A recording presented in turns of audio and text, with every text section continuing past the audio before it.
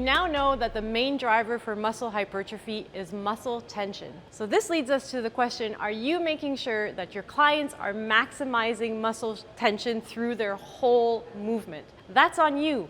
But it's going to depend on a number of factors like client proportions, like exercise selection, and positioning. In this video, we're going to take you through a couple of strategies or considerations that are important for making the best selection possible to maximize muscle tension throughout the entire movement.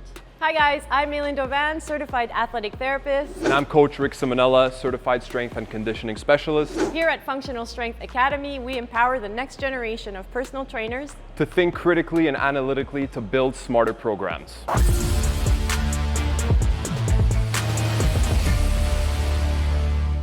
So one of the very first things to consider is your individual client's proportions, and that's going to impact your exercise selection.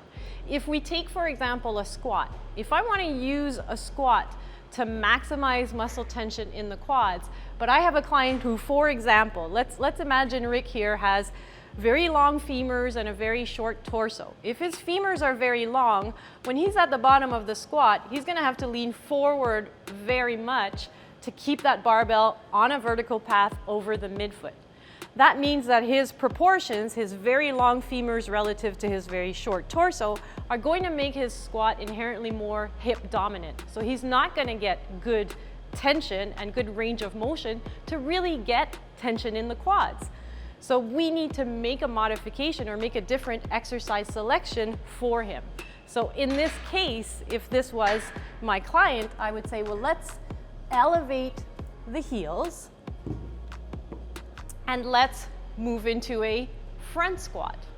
So elevating the heels, moving the weight to the front will give him more range of motion, more moment at the knees, a deeper squat, a more knee dominant squat.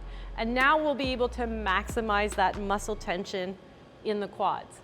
And now this is a question of proportion. It could also be a matter of what is the client's capacity. For example, if Rick had good proportions for a squat, but really, really bad dorsiflexion, that would also make his squat much more hip dominant. So if we wanted to maximize muscle tension in the quads, we want to use a squat to develop the quads, we would have to modify which type of squat we use and or how we do the squat, in this case with a heel raise. And if you've ever asked yourself the question, because there's sometimes a stigma around raising the heels for a squat, tell yourself that there can be very good reasons to do so.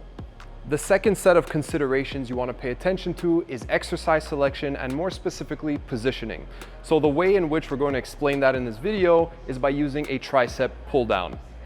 So May's going to set herself up with a band here, and she's going to start in a position which most people set themselves up in, which is standing tall and performing the band. Now in this case, at the bottom position, we know automatically that there is quite a lot of tension in that shortened range, and that's great. However, she's lacking a lot of tension in the lengthened position. So as soon as her arm comes up, maybe in that 2/3 position, she loses a lot of tension, and you can tell because the tricep is mostly soft. So in terms of positioning, what can we do to improve the tension in this entire range of motion? Quite simply, all she has to do is back up 1 or 2 steps, as well as bringing her elbows back. Now in this position, the elastic, that band, wants to pull her arm forward, but instead she's keeping it pulled back, and therefore there's a lot of tension in the tricep, even in the lengthened range. So now we can make her go through a few reps. So it's very clearly seen that throughout the shortened range of motion, she has tension, mid-range, as well as the lengthened position. So we can take advantage of stretch-mediated hypertrophy by having tension in that fully lengthened position.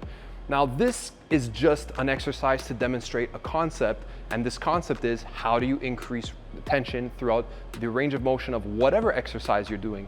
And the best way you can get that done is by keeping a slow eccentric, at least at first.